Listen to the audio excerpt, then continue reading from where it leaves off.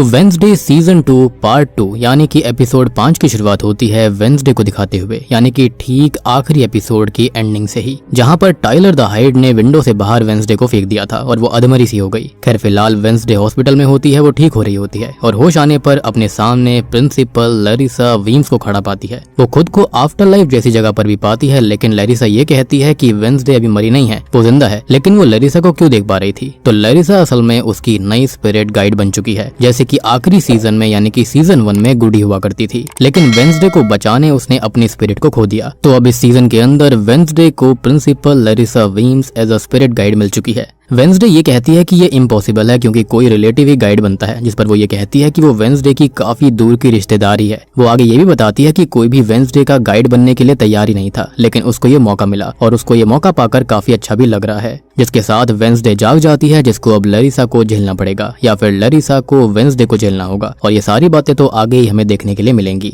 खैर अगले सीन में हम विलो हिल प्रिजन को देखते हैं, जहां पर एक प्रेस कॉन्फ्रेंस चल रही होती है जिसमें जूडी, जी हाँ जूडी आखिरी एपिसोड में बच गई थी और वो भी प्रेस और पुलिस को बताती है कि कुछ दिन पहले विलो हिल में पावर मेल फंक्शन हुआ था और इसी वजह से 46 पेशेंट वहां से भाग गए, जिनमें से 43 तो मिल चुके हैं और उसे कहीं और शिफ्ट कर दिया गया है क्योंकि विलो हिल अब कुछ टाइम के लिए बंद रहेगा। अब 3 पेशेंट जो अभी तक नहीं मिले हैं, उनमें से सबसे पहले हैं वेंसडे के अंकल फेस्टर एडम्स, दूसरा है टाइलर द हाइड और तीसरा है स्लर्प यानी कि जो दिमाग खाता है। खैर टाउन की न्यू शेरिफ को भी हम देख पाते हैं जिनका नाम है सैंटियागो, जो कि जूडी को ये बताती है कि वेंसडे को होश आ चुका है और सबका ये कहना है कि उसने ही विलो हिल में वो सब किया था, यानी कि अपने अंकल को भगाने के लिए। और जूडी इससे इनकार कर देती है, लाइक वो वेंसडे को क्यों ही बचाने लगी। और यहाँ पर हमको ये पता चलता है कि फेयरबर्न असल में उस हादसे में मारी गई थी, यानी कि डॉक्टर फेयरबर्न। खैर अब आगे हम एक व्यक्ति को, किसी इंसान को मारकर उसे बैरी करता हुआ देख पाते हैं, यानी कि दफन करते हुए, जिसको जूडी कॉल करती है। और असल में जो 43 पेशेंट मिले थे वो कौन थे? तो वो असल में लुइस के ही टेस्ट सब्जेक्ट हुआ करते थे और वो किसी को मिल गई तो दिक्कत हो सकती थी। तो जूडी के कहने पर ये जो किलर है वो सबको ढूंढकर मार रहा था और ठिकाने लगा रहा था। तो बेसिकली 43 जो लोग मिले हैं इनको मारा जा रहा था, या फिर ये भी कहा जा सकता है कि 43 को खाली पिन पॉइंट करा गया है, उनको खत्म करा गया है, लेकिन 3 अभी भी दूर थे। खैर अब बात होती है पेशेंट 1938 की, जो कि उसे अभी तक नहीं मिली है, जिस पर जूडी कहती है कि उसे कैसे भी करके वो पेशेंट चाहिए क्योंकि किसी को भी लुइस के बारे में पता नहीं चलना चाहिए। खैर अब जूडी वेंसडे से मिलने जाती है और वेंसडे उससे ये कहती है कि वो लुइस के बारे में पुलिस को टिप दे देगी, लेकिन जूडी कहती है कि वहाँ अब पुलिस को कुछ भी नहीं मिलेगा, वो सब कुछ हटा चुकी है। जिस पर वेंसडे ये पूछती है कि पेशेंट 1938 है कौन और उसकी फेक ऑबिचुरी क्यों बनाई गई थी और उसका कोई भी रिकॉर्ड क्यों नहीं है, मतलब कि जूडी का कोई राज तो है जो कि खुला घूम रहा था। खैर वेंसडे यहाँ से निकल जाती है, जिसे टाइलर दिखाई देता है, जो कि उसे मरे हुए फ्लावर्स भेजकर धमकी देता है कि वो उसे और एनिड को खत्म कर देगा। अब वेंसडे उसे पकड़ने की कोशिश करती है, लेकिन मौका पाकर वो छुप जाता है। अब इसी बीच हम एजेक्स और बियांका को देखते हैं, जो कि बियांका की माँ को नेवरमोर के अंदर ही एक जगह छुपाकर रख रहे थे क्योंकि बाहर पुलिस उनको ढूंढ रही है। और इसका रीजन आप ऑलरेडी जानते हो, लेकिन मैं आपको फिर भी रिमाइंड करवा देता हूँ। अब बियांका और उसकी माइक सायरन है।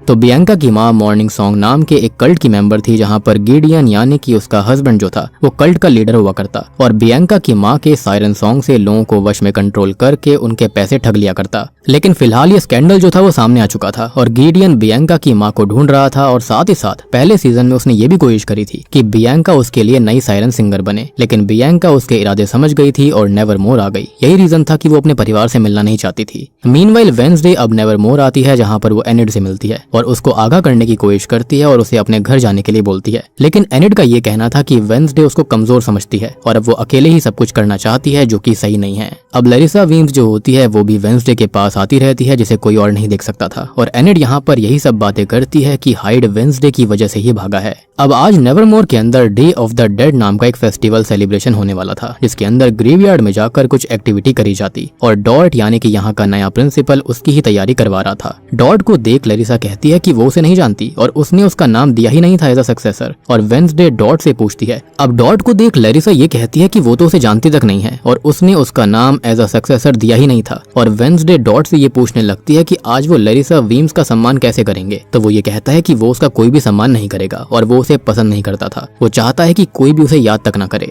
खैर वेंसडे यहाँ पर डॉट से ये कहती है कि वो ये फेस्टिवल रोक दे क्योंकि हाइड शहर के अंदर है और वो हमला करेगा, लेकिन डॉट का ये कहना था कि उन्होंने ढेर सारे डोनर्स बुलाए हैं तो वो कैंसिल तो नहीं कर सकते। और रही बात हाइड की, तो यहाँ पर बहुत सारे ऐसे आउटकास्ट हैं जो कि उससे निपट सकते हैं। साथ ही साथ प्रोफेसर कैप्री एक हाइड से लड़ भी चुकी है, तो उनको इस चीज का एक्सपीरियंस भी है। खैर इसी बीच हम वेंसडे के पिता गोमेज को देखते हैं जो कि पर्क्सले के पास आता है और पर्क्सले यहाँ पर परेशान है, जिसे अपने पेट स्लर्प की याद आ रही थी। उसकी फिक्र हो रही थी लेकिन वो जानता नहीं है कि वो दिमाग खाता है और गोमेज उसको ये कहता है कि वो लोग मिलकर उसे ढूंढ लेंगे।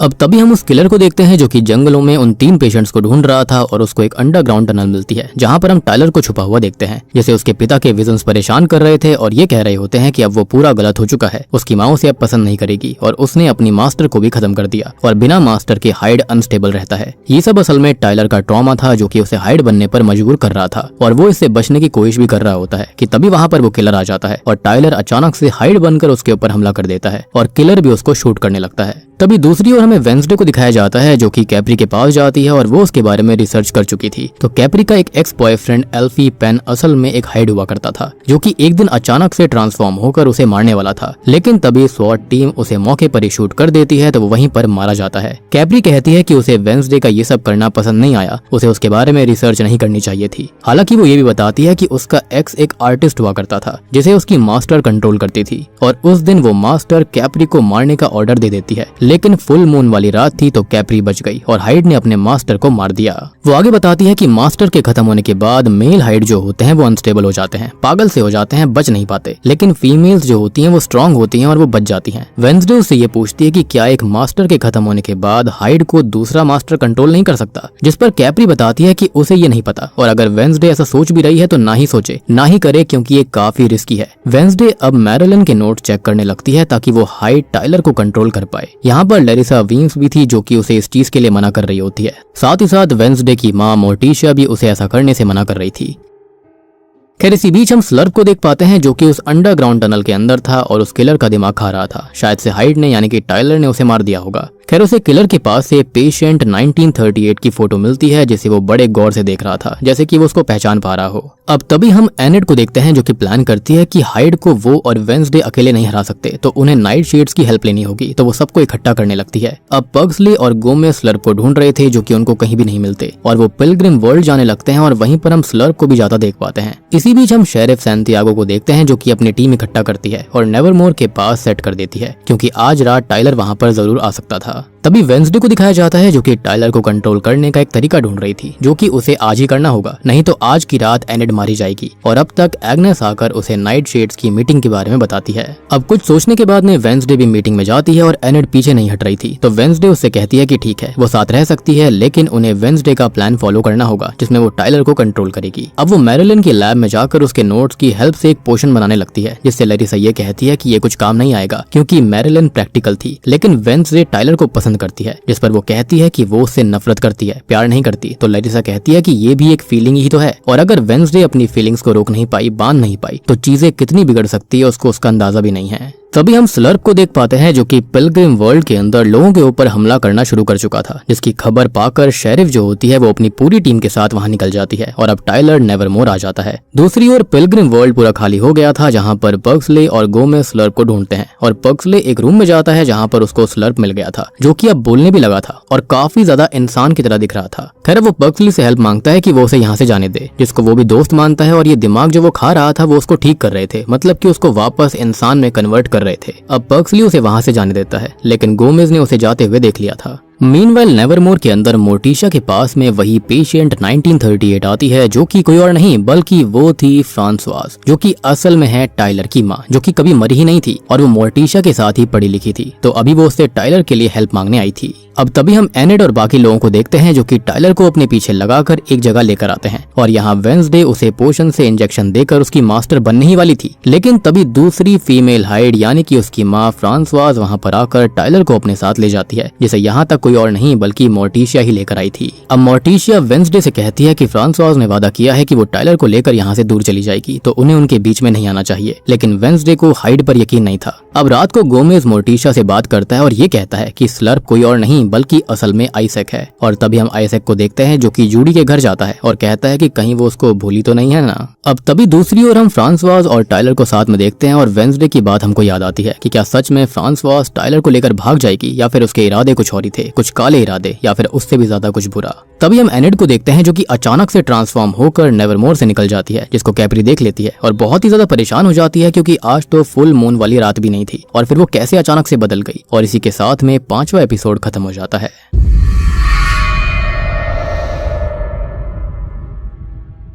तो छठा एपिसोड शुरू होता है बिल्कुल ही एक अपोजिट पर्सनैलिटी वाली वेंसडे को दिखाते हुए, जो कि हंस रही थी, नाच रही थी, कलरफुल कपड़े पहने हुए थे। और यहाँ पर वेंसडे ऐसी कैसे हो गई? तो कहानी अब जाती है 16 घंटे 36 मिनट पहले। एडम्स परिवार शेरिफ सैंटियागो से बात कर रही थी कि टाइलर को फ्रांसवाज लेकर गई है और अगर उन्होंने एडम्स पर केस बनाया तो आउटकास्ट को खतरे में छोड़ने पर उनके ऊपर भी सवाल उठाए जाएंगे। अब वेंसडे यहाँ से निकलकर लैरिसा वीम्स से बात करती है और वीम्स ये कहती है कि भविष्यवाणी अभी भी सेम है कि एनेड मारी जाएगी और उसकी जिम्मेदार वेंसडे होगी। अब वेंसडे अपनी विजन्स की पावर के बारे में पूछती है तो लैरिसा वीम्स ये बताती हैं कि एडम्स परिवार के अंदर ये शक्तियां यूनिटी पर ग्रो करती हैं और वेंसडे की शक्तियां गई हैं क्योंकि उसकी माँ के साथ संबंध अच्छे नहीं है, खराब हो चुके हैं। तो अगर उसको अपनी शक्तियां वापस चाहिए तो अपनी माँ के साथ उसे रिश्ते ठीक करने होंगे और इसके अलावा कोई और रास्ता उनके पास नहीं है। अब वेंसडे प्रोफेसर ऑर्लॉफ से मिलती है जिनसे वो फ्रांसवाज के बारे में पूछती है। वो बताते हैं कि वो और उसका भाई आइजैक यहाँ पर पढ़ा करते, यानी कि आइजैक यानी कि जो स्लर्प था वो असल में फ्रांसवाज का ही भाई था। वो बताते हैं कि आइजैक एक ब्रिलियंट दा विंची था, मतलब कि एक आउटकास्ट जिसे दा विंची कहते हैं। अब आइजैक ने ढेर सारे आविष्कार किए, इन्वेंशंस किए और प्रोफेसर का लाइफ सपोर्ट सिस्टम तक बनाया था जिसकी हेल्प से उनका सिर्फ सर बिना बॉडी के जिंदा है। वो आगे ये बताते हैं कि आइजैक ऑगस्टस का ही स्टूडेंट था जिसके लिए उन्होंने एक सीक्रेट लैब भी बनवाई थी, लेकिन एक दिन लैब में एक्सप्लोजन हो गया था जिसके बाद से आइजैक का कुछ भी पता नहीं चला, उसकी बॉडी कभी नहीं मिली थी और कुछ लोग कहते हैं कि उसे स्कल ट्री के नीचे बैरी करा गया था, जो कि उन्हें बस एक कहानी सी लगती है।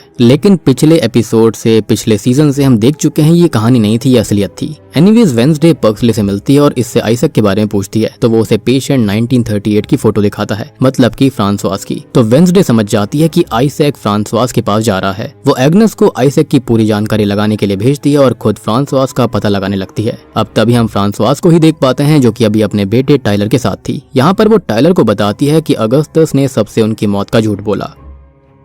खैर अब फ्रांसवाज ये कहती है कि वो टाइलर की मास्टर है जिसको वो अभी बंद करके रख रही है। अब टाइलर उसके ऊपर चिल्लाने लगता है लेकिन वो उसको थप्पड़ मार देती है और हम ये भी देख पाते हैं कि उसे कॉफ के अंदर ब्लड आ रहा था और ये वो टाइलर से छुपा कर रख रही होती है। खैर तभी हम एनेड को देखते हैं जिससे कैप्री बात करने आती है और ये कहती है कि एनेड बिना फुल मून के ट्रांसफॉर्म हुई थी तो शायद से वो एक अल्फा हो सकती है, एक सुपर पावर वेयरवुल्फ। लेकिन एनेड इससे परेशान हो जाती है क्योंकि अल्फा अकेले रह जाते हैं। कैप्री एश्योर करती है कि वो दोनों मिलकर इसका कुछ रास्ता निकाल लेंगे और तब तक एनेड शांत रहे। यानी कि एनेड जितनी कमजोर दिखाई जा रही थी वो इतनी कमजोर नहीं थी, बल्कि वो तो यहाँ पर अल्फा निकल गई। अब तभी वेंसडे को दिखाया जाता है जो कि अपनी ग्रैंड माँ हेस्टर से हेल्प लेने जाती है, जो कि उसे रोजलिंड रॉटवुड के बारे में बताती है, जो कि एक रेवन हुआ करती थी जिसकी साइकिक साइट पावर्स बहुत ही ताकतवर थी। और फिलहाल जहाँ पर अभी मोर्टिशा रहती है वो पहले वहीं पर रहा करती और उनकी ग्रेव पर कुछ लिखा हुआ है जिनको रीड करने पर वेंसडे को टेम्परेरी साइकिक साइट मिल सकती है। अब वेंसडे को तो यही चाहिए था। वो अपने रूम में आकर ग्रेवयार्ड जाने की तैयारी करने लगती है और एनेड उससे बात करने आती है कि अगर वो टाइम से वापस नहीं आई तो उनका पूरा का पूरा डॉम जो है वो इस इवेंट से बैन हो जाएगा।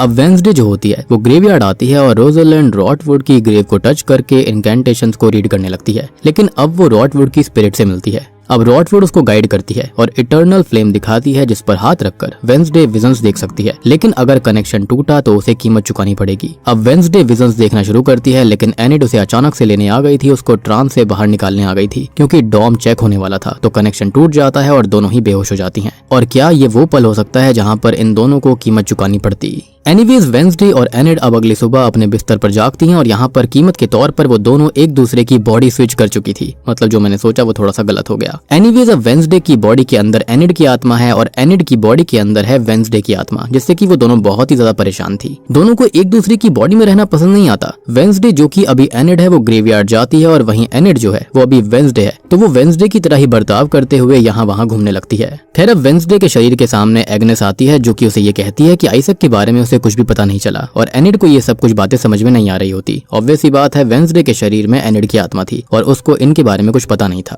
खैर अब वो कलर्ड कोल्ड कॉफी पी लेती है जिससे कि उसे एलर्जी हो जाती है क्योंकि वो कलर से एलर्जिक है। उसे मोर्टिशा मिलती है जो कि उसे दवाई देती है जिससे कि एलर्जी ठीक हो जाए और उससे थोड़ी बहुत बात करती है। यहाँ पर मोर्टिशा समझ जाती है कि वेंसडे को कुछ तो हुआ है। अब दूसरी साइड रियल वेंसडे यानी कि एनेड के शरीर के अंदर वेंसडे की आत्मा थी, वो ग्रेवयार्ड पर जाती है और लैरिसा वीम्स उससे कहती है कि पहले भी 2 रेवन ने यहाँ पर साइट ली थी और वो दोनों ही 24 घंटे में मारी गई, तो अब वेंसडे और एनेड भी मरने वाली हैं और ऐसे ही शायद से वेंसडे एनेड की मौत की जिम्मेदार बन सकती है। यानी कि जो मैंने पहले कहा वो पूरी तरह से गलत नहीं था। खैर अब तभी हम आइजैक को देख पाते हैं जो कि अपने पुराने घर आता है जहाँ पर पहले से फ्रांसवाज और टाइलर छुपे हुए थे। अब उसको देखकर फ्रांसवाज जो होती है वो शॉक्ड सी रह जाती है कि वो तो मर गया था और उसने उसे मरा हुआ देखा भी था, लेकिन आइजैक उसे यकीन दिलाता है कि वो असली असली है। अब यहाँ वो लोग फ्रांसवास की बीमारी की बात करते हैं और वो ये बताती है कि हाइड ज्यादा टाइम तक जिंदा नहीं रहते, जिस पर आइजैक कहता है कि उसने फ्रांसवास के अंदर के हाइड को मिटाने के लिए एक मशीन बनाई थी, जिस पर वो कहती है कि वो मशीन अगस्तस के पास थी, जिससे कि वो नॉर्मल्स को आउटकास्ट बनाया करता था। खैर अब वो लोग प्लान करते हैं कि वो विलो हिल जाएंगे और वो अंदर जाने वाले थे जूडी के एक्सेस कार्ड से, लेकिन यहाँ पर आइजैक पहले ही उसे खत्म कर उसका दिमाग खा चुका था। अब अगले दिन हम रियल वेंसडे को देखते हैं जो कि जेलो प्ले कर रही होती है और कैप्री उससे बात करने आती है, जिससे वेंसडे को एनिड के अल्फा होने का सच पता चल जाता है। उसे यहाँ पर रोजरलैंड रॉटवुड के कॉटेज के बारे में पता चलता है, जहाँ पर रोजरलैंड पढ़ाया करती थी और यहाँ अभी उसका ही परिवार रहता है और वो कॉटेज चली जाती है। यहाँ उसे रॉटवुड का सीक्रेट सियोंस रूम मिलता है, जहाँ पर मोर्टिशिया किताबें लिखा करती थी, जो कि उसे पहले पता नहीं था। यहाँ उसे रोजरलैंड रॉटवुड की स्पिरिट मिलती है, जिससे वो बॉडी कर्स खत्म करने का रास्ता पूछती है। तो वो ये बताती है कि उसे अपने शरीर में प्राण त्याग कर अपने असली शरीर में जाना होगा और वेंसडे के पास खाली सुबह तक का ही वक्त था, लेकिन इससे पहले उसे अपने अतीत में झांकना होगा जहां जहां वो गई थी।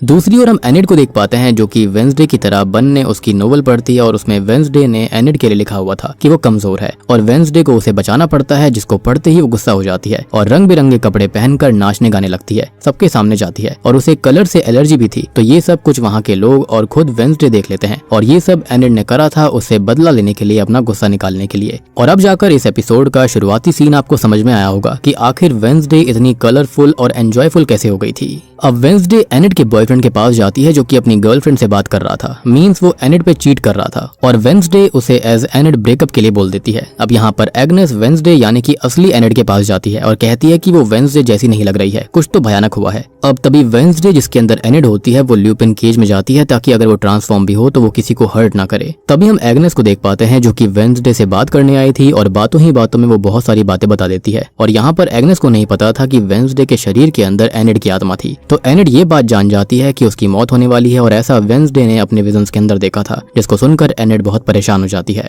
अब यहाँ एग्नेस जो होती है वो वेंसडे के सामने एनिड की बुराई करती है, जिसको सुनकर एनिड काफी गुस्सा हो गई थी और वो उसको बुरा भला भी सुना देती है। ऑब्वियस सी बात है एग्नेस को थोड़ी पता था कि वेंसडे के अंदर एनिड की ही आत्मा है। अब तभी ये सारी बातें सुनकर वेंसडे के अंदर की एग्नेस जो होती है वो एक रूम के अंदर जाती है जहाँ पर कटे हुए आधे अधूरे बॉडी पार्ट्स की एक कम्युनिटी बनी हुई थी और यहाँ पर थिंग भी नया नया ज्वाइन हुआ था, यानी कि वो हाथ। तभी दूसरी ओर हम एनिड को देखते हैं जो कि वेंसडे के शरीर में थी और वो अपने एडम्स परिवार के डिनर पर जाती है, जहाँ पर एक मरा हुआ जानवर तंदूर में पका हुआ था और ये लोग खा रहे थे। और ये परिवार कितना अजीब है ये तो हम पहले से ही जानते हैं। यहाँ मोर्टिशिया और वेंसडे मतलब कि एनिड बात करते हैं और मोर्टिशिया लैरिसा वीम्स की प्रेजेंस फील कर पा रही थी, तो उसे सामने आने के लिए बोलती है। लैरिसा वीम्स बताती है कि वो वेंसडे की नई स्पिरिट गाइड है और ये भी बता देती है कि एनिड और वेंसडे की जो बॉडी है वो स्विच हो चुकी है, यानी कि यहाँ जो वेंसडे बैठी हुई है शरीर खाली वेंसडे का है लेकिन आत्मा एनिड की थी। अब असली वेंसडे अभी ल्यूपिन केज के अंदर है जहाँ पर वो सुबह तक रहने वाली है, लेकिन उनके पास तो सुबह तक का ही वक्त था। तो मोर्टिशिया एनिड को वेंसडे को वहां से बाहर लाने के लिए बोलती है, यानी कि उसके शरीर को।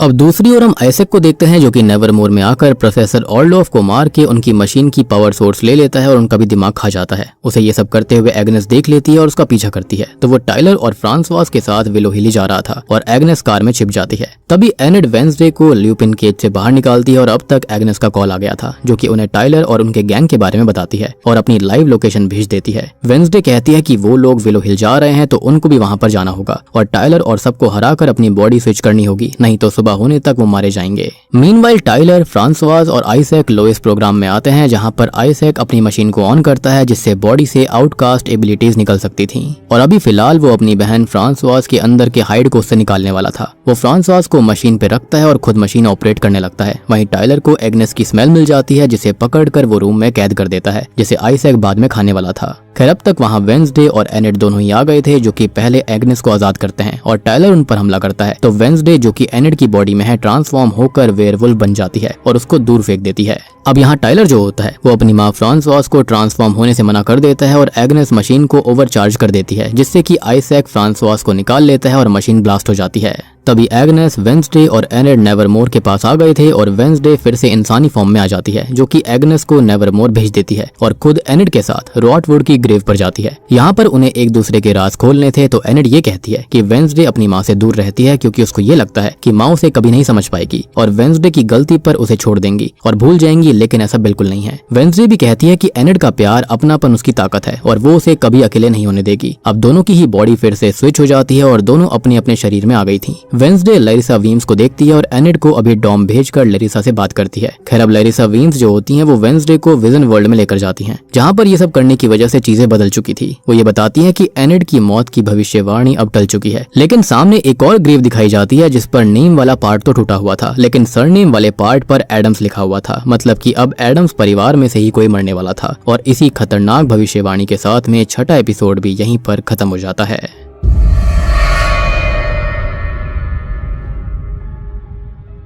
तो सातवां एपिसोड शुरू होता है 15 साल पहले प्रिंसिपल डॉट से, जो कि उस समय प्रिंसिपल नहीं थे। और एक रात वो मिलते हैं गिडियन से, जिसे वो मॉर्निंग सॉन्ग कल्ट बनाने का आइडिया देता है और स्कैम करने का सजेशन भी देता है। और उस समय वो बियांका की माँ गैब्रियल का ही मैनेजर हुआ करता था और उसने ही गैब्रियल को गिडियन से मिलवाया था। खैर प्रेजेंट टाइम में उसको पता चलता है कि गैब्रियल अभी नेवरमोर के अंदर ही छुपी हुई है, तो वो उसके पास जाता है जहाँ पर बियांका भी मौजूद थी। और वो उन दोनों को बताता है कि उसने मॉर्निंग सॉन्ग शुरू नहीं किया, बल्कि वो खुद पूरा का पूरा मॉर्निंग सॉन्ग है। और अब वो उनको धमकी भी देता है कि अब वो दोनों उसके इशारे पर काम करेंगी, नहीं तो उनके लिए अच्छा नहीं होगा। यानी कि यहाँ पर जो डॉट है वो दिखने में और इन चीजों के चलते बिल्कुल भी सही आदमी नहीं था, विच एक्सप्लेन्स कि यहाँ पर लैरिसा वीम्स ने क्यों कहा था कि उसने डॉट का नाम सजेस्ट ही नहीं किया था।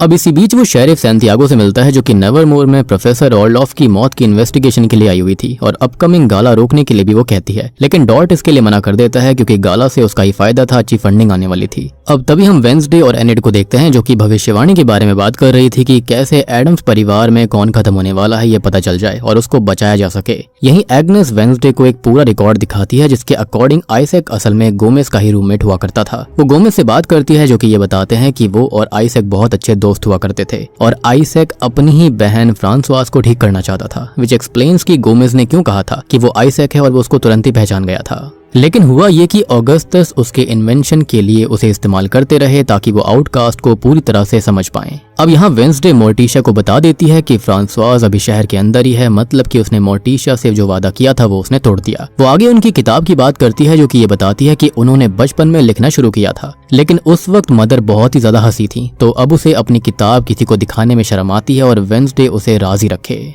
यानी कि इनके परिवार में शुरुआत से ही माँ बेटी के रिश्ते उतने अच्छे नहीं रहे थे। खैर यहाँ वेंसडे उन्हें एडम्स में से किसी के मरने वाली भविष्यवाणी के बारे में बताती है और ये सुनकर वो भी काफी परेशान हो जाती हैं। खैर अब तभी हम एनिड को देखते हैं, जिसका बॉयफ्रेंड ब्रूनो उससे बात करने आता है और ये कहता है कि वो अपनी गर्लफ्रेंड से ब्रेकअप कर चुका है और जल्दी ही एनिड को वो अपनी लॉयल्टी प्रूव कर देगा। अब कैप्री एनिड को अपने साथ ले जाती है और गुस्सा करती है कि वो ल्यूपिन केस से क्यों निकली और 2 दिन बाद पूर्णिमा की रात है और अगर उस दिन वो ट्रांसफॉर्म हो गई तो कभी इंसानी फॉर्म में वापस नहीं लौट पाएगी। और अल्फा वेयरवुल्फ को दूसरे वेयरवुल्फ जो होते हैं वो डर की वजह से हंट करके मार देते हैं। एंड यहाँ पर इस चीज से जुड़ी हुई एक और चीज हमको समझ में आती है कि सीजन 1 के अंदर एनिड जो थी वो ट्रांसफॉर्म क्यों नहीं हो रही थी। खैर अब हम आइजैक, टाइलर और फ्रांसवास को देखते हैं, जो कि अपने हाइड आउट के अंदर थे, जहां पर आइजैक और टाइलर के बीच बहस हो जाती है क्योंकि आइजैक अभी टाइलर को हाइड बनने से रोक रहा था और टाइलर वेंसडे को मारना चाहता था, जिसको फ्रांसवास ये कहती है कि उसने और आइजैक ने पहले से ही एडम्स परिवार के लिए बहुत कुछ भयानक सोचकर रखा हुआ है। और यहाँ फ्रांसवास की हालत अचानक से खराब होने लगती है और उसकी दवाई भी खत्म हो गई थी, जो कि बहुत ज्यादा जरूरी है, तो वो लोग तुरंत ही हॉस्पिटल के लिए निकल जाते हैं। मीनवाइल वेंसडे उन्हीं लोगों का पता लगाने की कोशिश कर रही थी और उनके घर में वो आती है, जहाँ पर उसे एक सीक्रेट हाइड आउट मिलता है। जहाँ पर वो चेक करती है तो उसे फ्रांसवास की टैबलेट और ब्लड वाले टिश्यू से पता चल जाता है कि वो खत्म होने वाली है और इसलिए ही आइजैक उसे कैसे भी करके जल्दी से जल्दी बचाना चाहता है। और जैसा कि हमने हाइड्स के बारे में एक इन्फॉर्मेशन देखी थी कि हाइड जो है वो ज्यादा लंबा जी नहीं पाते और अपने इन्वेंशन की मदद से आइजैक जो है वो अपनी बहन को बचाना चाहता है। वो उसके अंदर से हाइड को अलग करना चाहता था ताकि वो नॉर्मल इंसान बनकर एटलीस्ट जिंदा रहेगी।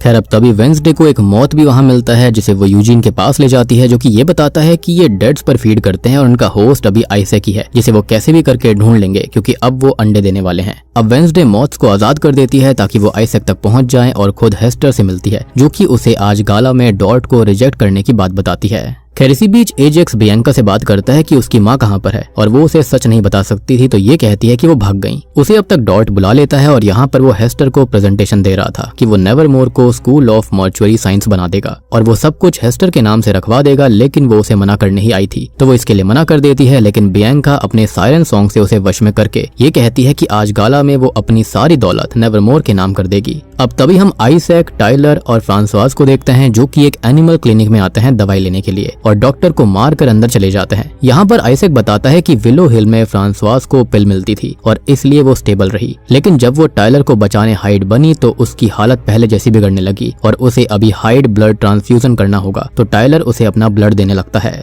इधर नेवरमोर में लैरिसा वीम्स मोर्टिशा से बात करने आती हैं। बताती हैं कि जो हमेशा उसको चाहिए था वो सब कुछ मोर्टिशा को मिलता गया। उसके गुणगान भी हुए, लेकिन फिर भी वो मोर्टिशा की हेल्प कर रही है। वो बताती हैं कि हेस्टर वेंसडे के करीब आ रही है और मोर्टिशा को वेंसडे को सच बता देना चाहिए कि उसके गोमेस के और आइजैक और फ्रांसवास के बीच आखिर हुआ क्या था, क्योंकि अगर अब वो चुप रहे तो सालों से जिस परिवार को वो जोड़ कर रखे हुई थी वो अचानक से टूट जाएगा। अब तभी हम वेंसडे को एनेट के पास देखते हैं, जो कि अभी केज में बंद थी, क्योंकि वो नहीं चाहते कि वो फुल मून में ट्रांसफॉर्म हो जाए और कभी वापस लौट ना पाए। अब वो वेंसडे से कहती है कि उसका पैक उसकी ताकत है और वो वेंसडे को ही अपना पैक मानती है। होता है ना, वेयरवुल्व्स हमेशा पैक में रहते हैं, बिल्कुल उस तरह से। और अगर वो ट्रांसफॉर्म हुई और कभी इंसान वापस नहीं बन पाई तो क्या वेंसडे उसको ढूंढने आएगी, जिस पर वेंसडे उससे वादा करती है कि वो उसको हमेशा ढूंढेगी। खैर, अब तक वहाँ पर एजेक्स आता है और बियांका और उसकी माँ के बारे में बता देता है कि वो दोनों खतरे में हैं। वेंसडे डॉट के ऑफिस में जाती है जहाँ पर पूरा एडम परिवार था और हेस्टर यहाँ अपनी संपत्ति नेवरमोर को देने की बात कर रही होती है, जो कि ऑब्वियसली यहाँ पर सायरन सॉन्ग के शिकंजे में थी। वेंसडे समझ जाती है कि कुछ तो गड़बड़ है और वो बियांका से बात करने जाती है, जो कि उसे डॉट का सच बता देती है और हेस्टर को वश में करने वाली बात भी कहती है, लेकिन उसे भी वश में करके ये भूलने के लिए वो बोल देती है और वहाँ से निकल जाती है। लेकिन वेंसडे तैयारी के साथ ऑलरेडी आई हुई थी, जिसने एग्नेस को वहीं पर छुपाया हुआ था, जो कि सब सुन चुकी थी और वो वेंसडे को वापस से सारा सच बता देती है। यानी कि वेंसडे यहाँ पर मोस्टली सबसे एक कदम आगे रहा करती थी।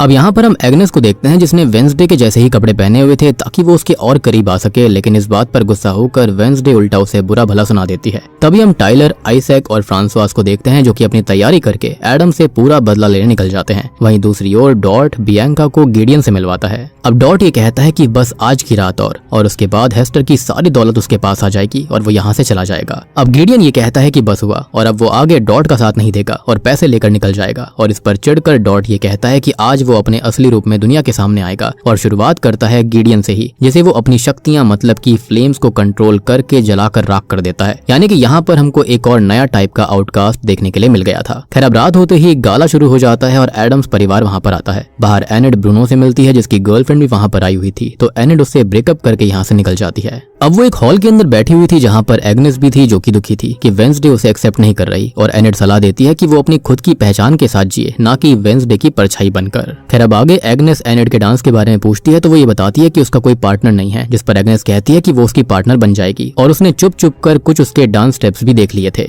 दूसरी ओर हम वेंसडे को देखते हैं, जो कि बियांका से कहती है कि वो सब जानती है और उसकी माँ कहाँ पर है वो उसको बता दे, जिन्हें वो डॉट से बचा लेगी। बियांका उसको बता देती है कि वो डॉट के घर पर ही है और वेंसडे एजेक्स को वहाँ भेजकर उनको आजाद करवा लेती है। अब वो एनेट और एग्नेस से मिलती है, जिन्हें वो अपना प्लान बताती है और अगले सीन में एनेट अपना डांस प्रोग्राम शुरू करती है, जिसमें उसका साथ एग्नेस दे रही थी। डांस के बाद बियांका स्टेज पर डॉट को बुलाती है और अभी डॉट के पास उसका प्रोटेक्शन नहीं था, तो वो उसे अपने सायरन सॉन्ग से वश में करके उसके ही मुंह से सारा सच उगलवा लेती है। वो उसे होस्टेज कर लेता है, लेकिन अब तक एजेक्स अपनी पावर से उसे पत्थर बना देता है और उसके ऊपर झूमर गिर पड़ता है, जिससे कि वो वहीं पर टूट कर मारा जाता है। और झूमर पर आग भी उसने ही लगाई थी, इसलिए वो झूमर गिर गया था।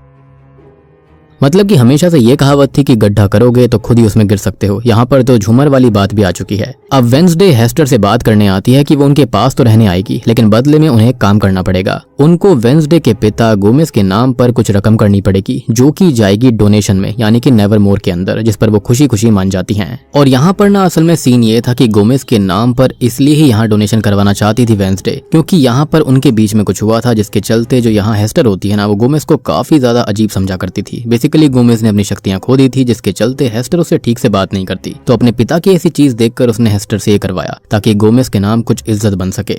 एनीवेज, तब तक यूजिन यहाँ आ जाता है। अब यूजिन आपको याद होगा, ये ऐसा बंदा है जो कि बीस को और इंसेक्ट्स को कंट्रोल कर सकता था और मौत को भी इसने ही कंट्रोल किया। वो ये बताता है कि मौत वापस आ गई है और आइजैक नेवरमोर ग्रेवयार्ड के अंदर है। यहाँ सभी ये गौर करते हैं कि पक्सले अचानक से गायब हो चुका है, जिससे सब परेशान थे और उसे हम ग्रेवयार्ड के अंदर अकेला बैठा देखते हैं। अब अचानक से स्लर्प यानी कि आइजैक उसके पास आता है और उसको तुरंत ही किडनैप करके अपने साथ ले जाता है, जो कि काफी शॉकिंग चीज थी। अब वेंसडे थोड़ी देर बाद वहाँ पर आ पाती है, जिसे पक्सली नहीं मिलता, जिससे वो बहुत ही ज्यादा परेशान हो जाती है, क्योंकि शायद अब पक्सली ही मरने वाला था और शायद से ये सब कुछ उसकी वजह से ही था। और इसी के साथ में 7वां एपिसोड यहीं पर खत्म हो जाता है।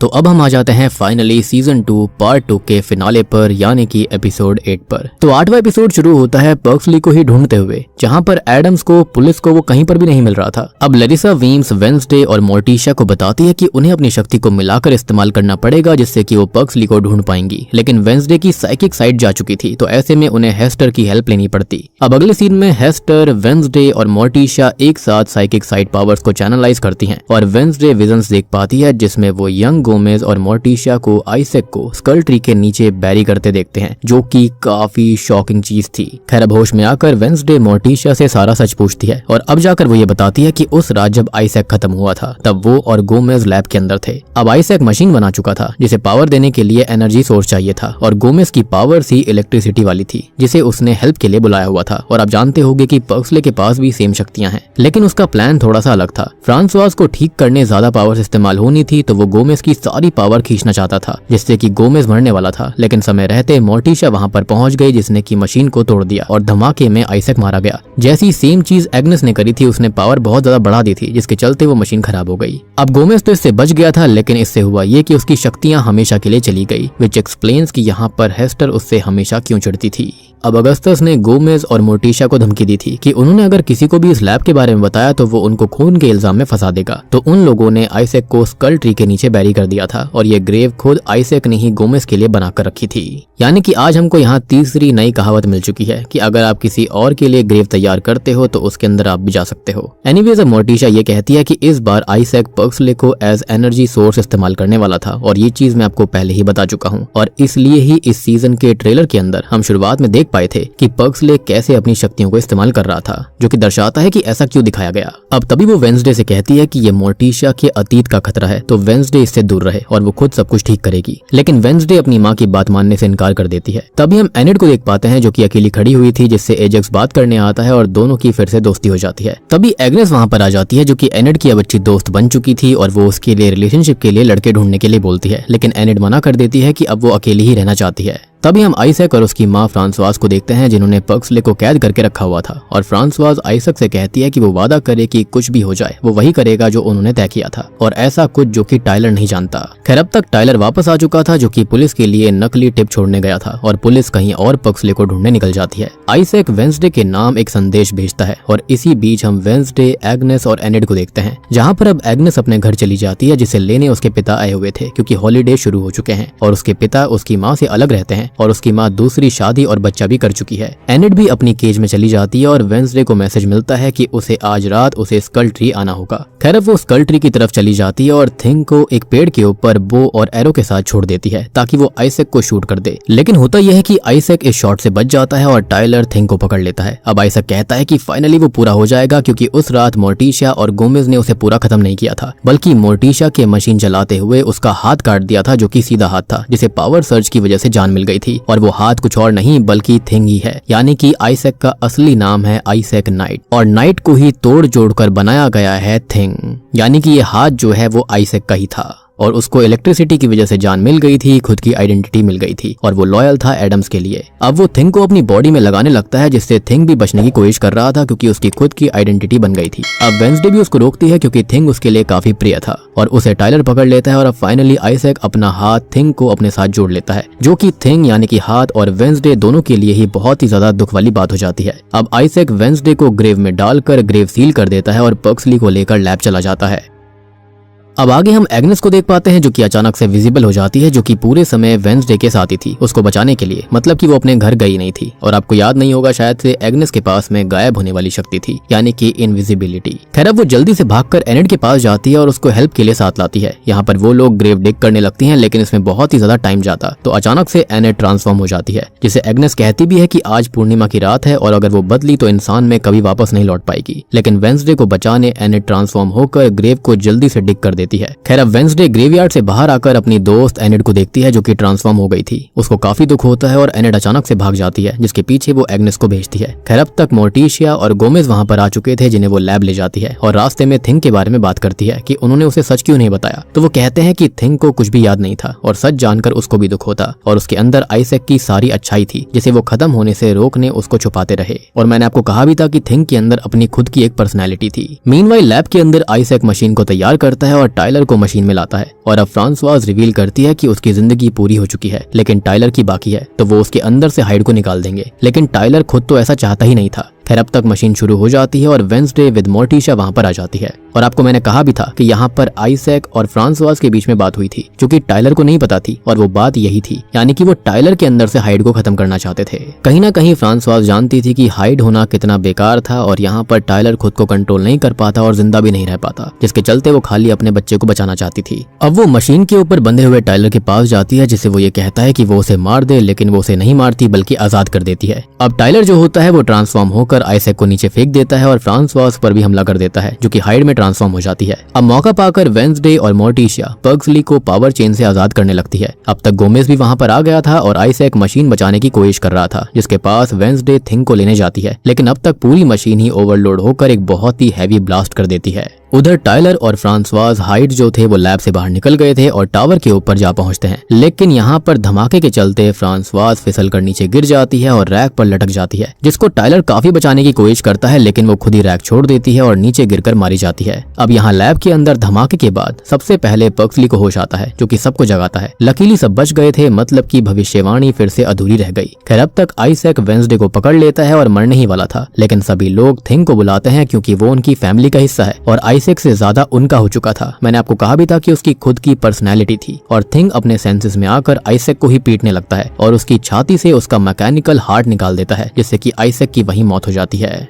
और मौत भी क्या कहेंगे, अगर वो हार्ट वापस गया तो वो फिर से जिंदा हो सकता था दिमाग खाकर। और यहाँ पर मुझे प्लांट्स वर्सेस ज़ॉम्बीज वाले जो ज़ॉम्बीज है वो याद आते हैं जो कि ब्रेन्स खाया करते। फाइनली अब थिंग जो होता है वो आइजैक के शरीर से अलग हो जाता है और अपनी असली एडम्स फैमिली के पास आ जाता है, यानी कि आइजैक की अच्छी पर्सनैलिटी जो कि थिंग के रूप में थी वो एडम्स परिवार के पास आ जाती है, जिसको सब हद से ज्यादा चाहते थे। अब अगली सुबह सब अपना अपना सामान पैक कर रहे होते हैं और वेंसडे थिंग से बात करती है कि उसको सब कुछ पता चल गया, तो अब वो किसके साथ रहना चाहेगा, अपने अतीत के साथ या फिर प्रेजेंट और भविष्य के साथ। तो वो भविष्य को ही चूज करता है, यानी कि एडम्स परिवार को। एग्नेस अब आकर वेंसडे को बताती है कि एनेड एक सीसीटीवी में कैद हुई है जो कि कैनेडियन बॉर्डर्स की साइड नॉर्थ में बढ़ रही है, लेकिन पता नहीं क्यों। वेंसडे कहती है कि कैप्री उनकी कोई हेल्प कर सकती है, लेकिन एग्नेस बताती है कि वो भी यहाँ से जा चुकी है। और आपको ये बात थोड़ी सी फिशी नहीं लगी? सोचकर देखो कि कैप्री को इस बारे में पता था कि यहाँ पर जो एनेड है वो एक वेयरवुल्फ है, वो भी अल्फा वेयरवुल्फ, जिसके बाद अचानक से वो भी गायब है। साथ ही साथ एनेड जो है वो यहाँ पर नॉर्थ साइड में बढ़ रही थी। तभी हम टाइलर को देख पाते हैं जो कि अपने पेरेंट्स की ग्रेव के पास था, जिसके पास कैप्री आती है और उससे कहती है कि वो उसे साथ ले जाना चाहती है अपने हाइड्स ग्रुप के पास में, जहाँ पर उसको एक परिवार मिल जाएगा। जिस पर वो ये कहता है कि वो ऐसा क्यों करेगी, उसकी मदद क्यों करेगी, क्योंकि वो तो एक वेयरवुल्फ है। तो वो बताती है कि उसके पिता असल में एक हाइड ही थे और यही रीजन था कि वो इन सब चीजों के बारे में काफी जानती थी, यानी कि वेयरवुल्फ के बारे में भी और हाइड्स के बारे में भी। और कहीं ऐसा तो नहीं है कि यहाँ एनेड जो है वो भी शायद कैप्री की बात सुनकर ही कहीं ना कहीं जा रही होगी जहाँ पर वेयरवुल्फ पैक्स होंगे। खैर अब आगे हम पग्सले को देख पाते हैं जिससे यूजीन बात कर रहा होता है और वो दोनों अच्छे दोस्त बन चुके थे। यूजीन पग्सले को उसके घर भी इन्वाइट करता है। अब हम मोर्टिशा को देखते हैं जो कि वेंसडे से बात करती है और उसे अपनी बहन ओफिलिया की जर्नल देते हुए ये कहती है कि अब वेंसडे से कोई भी राज नहीं छुपाया जाएगा। अब लैरिसा वीन्स जो होती है वो मोर्टिशा और वेंसडे से ये कहती है कि अब सब कुछ ठीक हो चुका है और वो अपने बॉन्ड्स को स्ट्रॉन्ग रखें और वेंसडे की भी साइकिक साइड जल्दी ही वापस आ जाएगी, तो अब उसका कोई काम नहीं है, वो वापस जा रही है। गोमेज वेंसडे को गाड़ी में सामान रखने के लिए कहता है और वो उनके साथ घर जाने से मना कर देती है और अंकल फेस्टर और थिंग के साथ एनिड को ढूंढने नॉर्थ की ओर निकल जाती है, क्योंकि यहाँ पर वेंसडे के एडवेंचर्स अभी खत्म नहीं हुए थे। अब तभी हम देखते हैं कि वेंसडे आंट ओफिलिया की जर्नल को पढ़ रही थी और तभी अचानक से वो एक बेसमेंट वाले डोर को देखती है और अचानक उसको एक विजन आता है, यानी कि उसकी साइकिक पावर वापस आ गई थी, जिसके अंदर वो ओफिलिया को ही देखती है। जिसके बाद में हमें हेस्टर को दिखाया जाता है जो कि अपने घर के सीक्रेट बेसमेंट के सीक्रेट चेम्बर में जाती है, जहां पर उन्होंने अपनी खुद की बेटी ओफिलिया को रखा हुआ था, वो भी कैद करके, मतलब कि वो अभी तक जिंदा थी। और ये बात मुझे नहीं पता कि मोर्टिशा को इस बारे में पता है या फिर नहीं, लेकिन यहाँ पर जो ओफिलिया होती है वो दीवार पर लिख रही होती है कि वेंसडे को मरना होगा और यही सेम विजन यहाँ पर देखा था वेंसडे ने। अब वेंसडे को हम कहते सुन पाते हैं कि वो एनिड को कैसे भी करके वापस लाएगी, क्योंकि उसने उससे वादा किया था, लेकिन उसको बस ये नहीं पता कि सामना अब उसकी दोस्त से होगा या फिर एक खतरनाक अल्फा वेयरवुल्फ बीस्ट से। और तभी फाइनल सीन के अंदर हम अकेली भटक रही एनिड को जंगलों में देख पाते हैं। आसमान में भी अभी वही लीडर रेवन बर्ड उड़ रही होती है जो कि अचानक से हमारे सामने आकर निकल जाती है। इसी के साथ में वेंसडे सीजन 2 पार्ट 2 यहीं पर खत्म हो जाता है, यानी कि फाइनली वेंसडे का पूरा सीजन 2 यहीं पर खत्म हो गया था। तो दोस्तों ये थी वेंसडे सीजन 2 के आखिरी 4 एपिसोड्स की कहानी, यानी कि सीजन 2 पार्ट 2 की कहानी। और जो अंत आपने देखा उसके बाद तो हम जान ही चुके हैं कि सीजन 3 भी जरूर आएगा, क्योंकि सीजन 2 भी काफी अच्छा गया है। एटलीस्ट पॉपुलैरिटी तो काफी बढ़िया गई है।